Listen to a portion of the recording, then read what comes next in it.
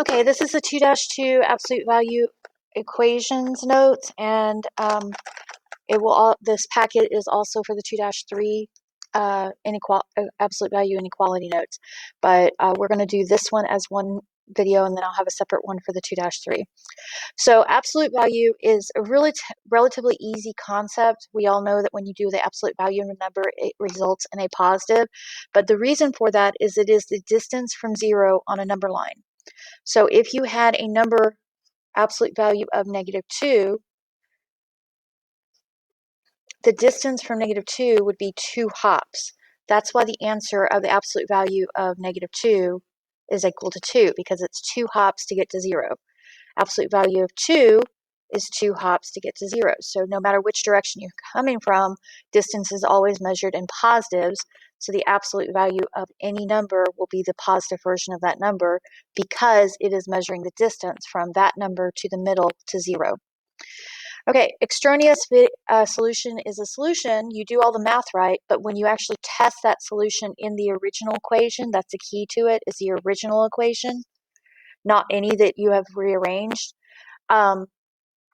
When you do that, test that solution in the original equation, it does not work.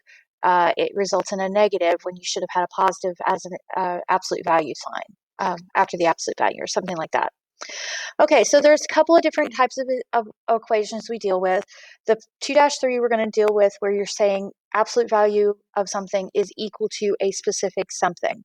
A does not have to be a number. It can be another line, but absolute value has to be by itself on the left side before you can find the solution to x that meets the equation. So when we do find that, our answer on a number line, we would put -a and a, our answer that was on the negative side, the left side of the answer, and the answer that's on the right, because remember, absolute value is a v. So there's going to be an x value that's negative and an x value that's positive every time. So we just simply put a dot on those two places, indicating that at this x, there's a solution, whatever a was, and at this x, the a version on that solution. Now, they don't necessarily have to be the same number and opposite signs, but they do have to be the same distance from 0. That's important. Okay. The other version is we may have an inequality where x is less than a or less than or equal to a. In this case, we would use we would still put our a and -a on there, but we're actually going to be doing a something where we're looking at the between. So x is between this. Now, if you look at it, x says it's going that direction to get to -a. Or from -a, it's going from that direction because -a is on the less than sign. Here, a is going in that direction. So that's what those are meaning. The x greater than -a means that all x's that are bigger than -a. So a is where you're starting and you're moving to the left. X is less than -a means that a is where you're starting and you're moving everywhere to the right. Or excuse me, flip those two letters. Okay, on the other one, we might end up with a situation where we have -a and a, and this time x is moving away from a in the negative side, so we would trade away from a and -a and then to the other direction. This is called disjointed.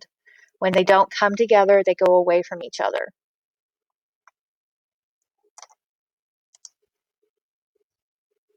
Computer is acting up. Okay, so here's an example of an equation. A couple of things you need to remember is you want to set the original equation to either to equal to its positive version and its negative version. And then we're going to solve each separately, but then test each answer. So what I mean by separating them is absolute value means that you can go, that the answer could have been 2 away in the negative side or 2 away in the positive side. So we're going to do 2 away in the positive side and 2 away in the negative side. The absolute value drops off and we solve for x just like we would do it if it was a linear line. X minus 6 equals 2. We do the opposite of minus, which is add, and we get 8. Now we test it. We put it back into the original absolute value signs. X was 8, so 8 minus 6 is positive 2. Absolute value 2, is that equal to 2? Well, that's a yes, so we're good there. On the other side, we make it equal to negative 2 because it could have gone the other direction. It could have gone to the negative side. So we solve for that, still adding 6. We end up with x is 4. Stick 4 in. 4 minus 6 is negative 2. And absolute value of negative 2 is 2. So that's a yes. So our two solutions are 4 and 8.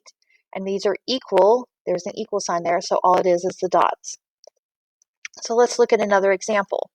So we're going to take our negative 5, absolute value of negative 5 equals 20. We're going to divide our paper, say negative 5 is equal to 20, and negative 5x is equal to negative 20.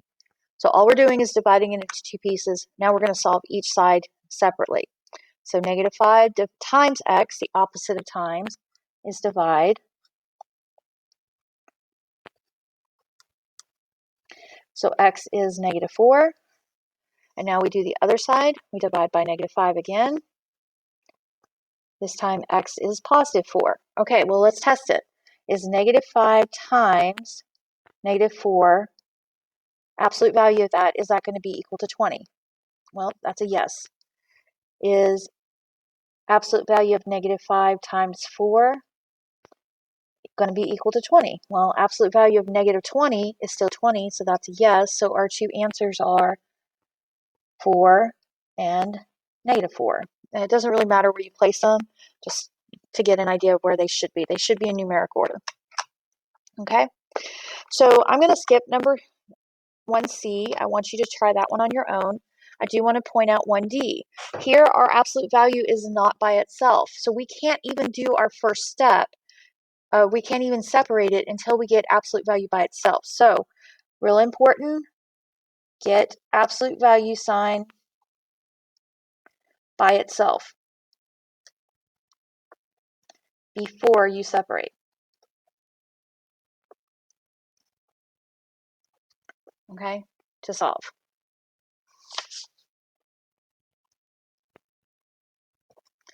All right, so we have to subtract 3 from both sides, leaving 2, absolute value of x plus 9.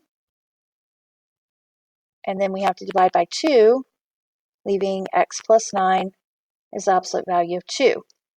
Now we can do our separation. Now we can say, okay, I'm going to pop that apart because now it's an absolute value and a number. There is nothing in the way of getting that taken care of. There's no multiplying going on, no adding going on outside the absolute value. So we're going to do x plus 9 is positive 2. X plus 9 is negative 2. We do our subtraction. And again with the subtraction. Okay, now it is very important you test in the original equation exactly how it was printed down or on your computer. So we're going to put negative 7 into this version and test it against 7. 2 absolute value negative 7 plus 9 plus 3, and is that equal to 7? Well, that's 2.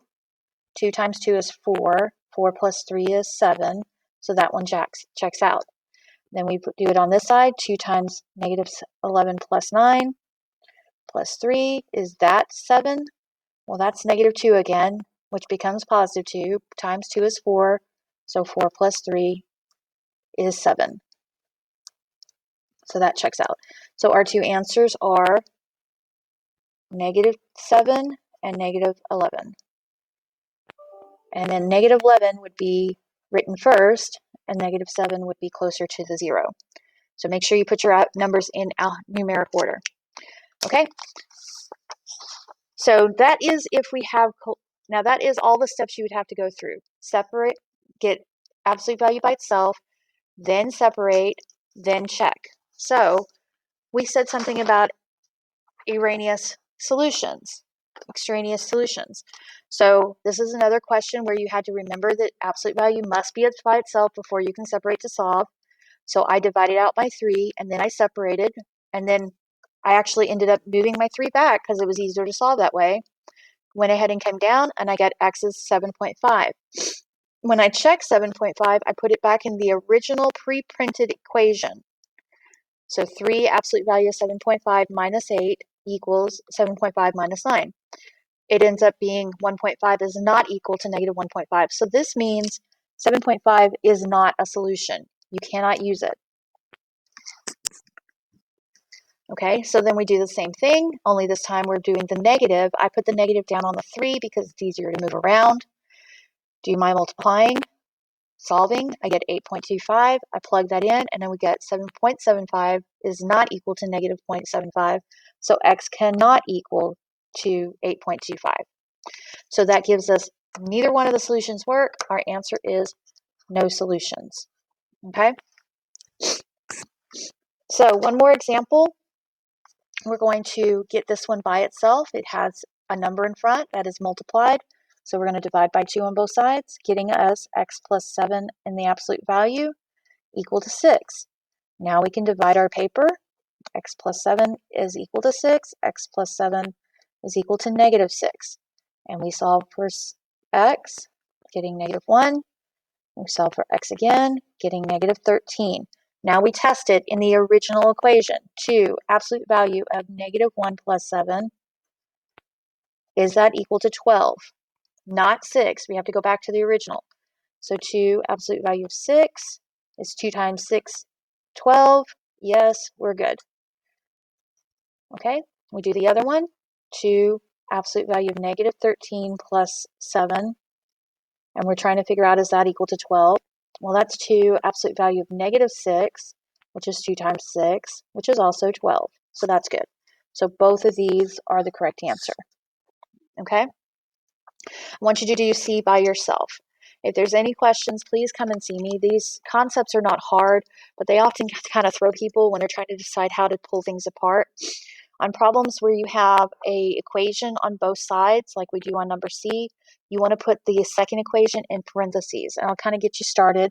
So it would be 5x minus 2 and 7x plus 14 on the positive side.